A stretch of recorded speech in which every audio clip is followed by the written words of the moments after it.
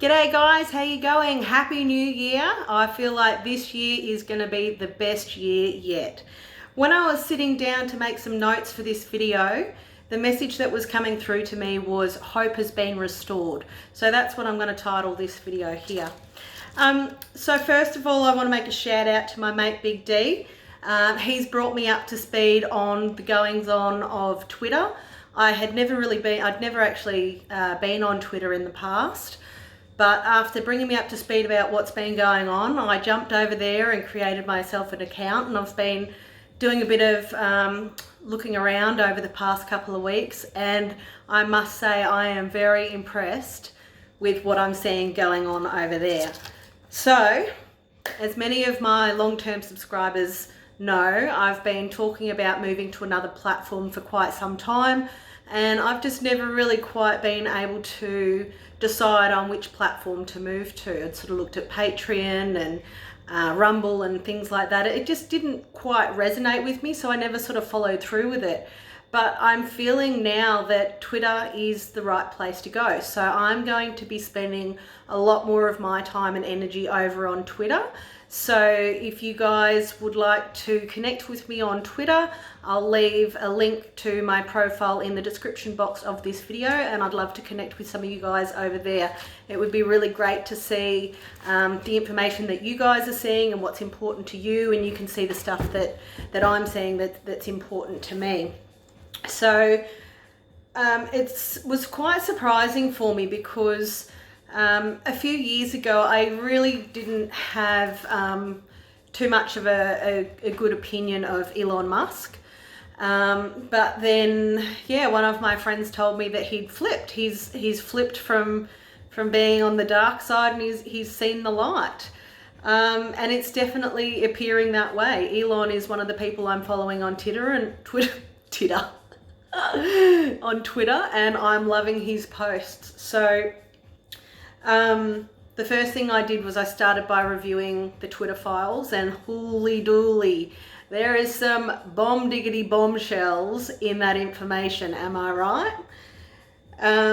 So the next thing was I started following Malcolm Roberts. Malcolm Roberts is a senator here in Australia, and he's one of the very few politicians in Australia who has had integrity throughout the entire pandemic, and he has continued to be a voice for the people. Malcolm Roberts is somebody who I 100% recommend that you should follow on Twitter, because he is sharing some really valuable information. And he's clearly a white hat, without a doubt. So what I've been able to conclude from just having a couple of weeks on Twitter is that the COVID narrative has completely collapsed. They're still trying their hardest to push the vaccines and to push the narrative.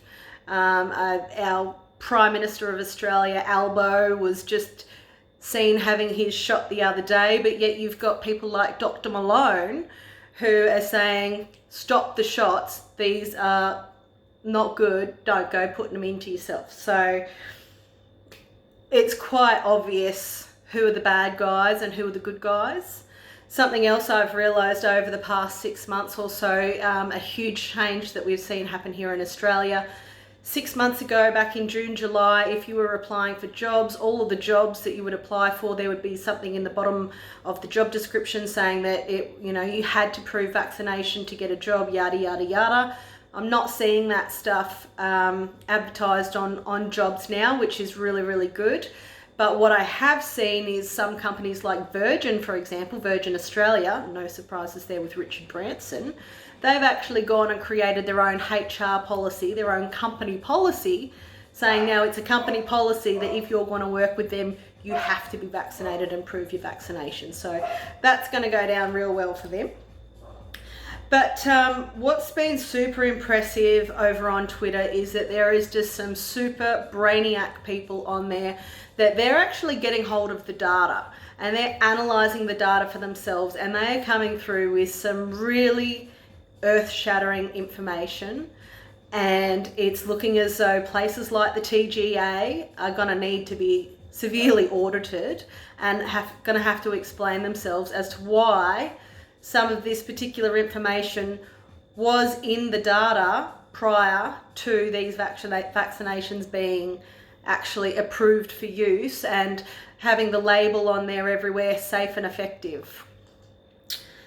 So it's definitely taking a turn for the positive, which is really, really good. But then the next thing we need to start asking questions to, or the next place we need to start asking questions to, is APRA. So a lot of the doctors have been silenced by APRA for fear of losing their license, for fear of losing their registration.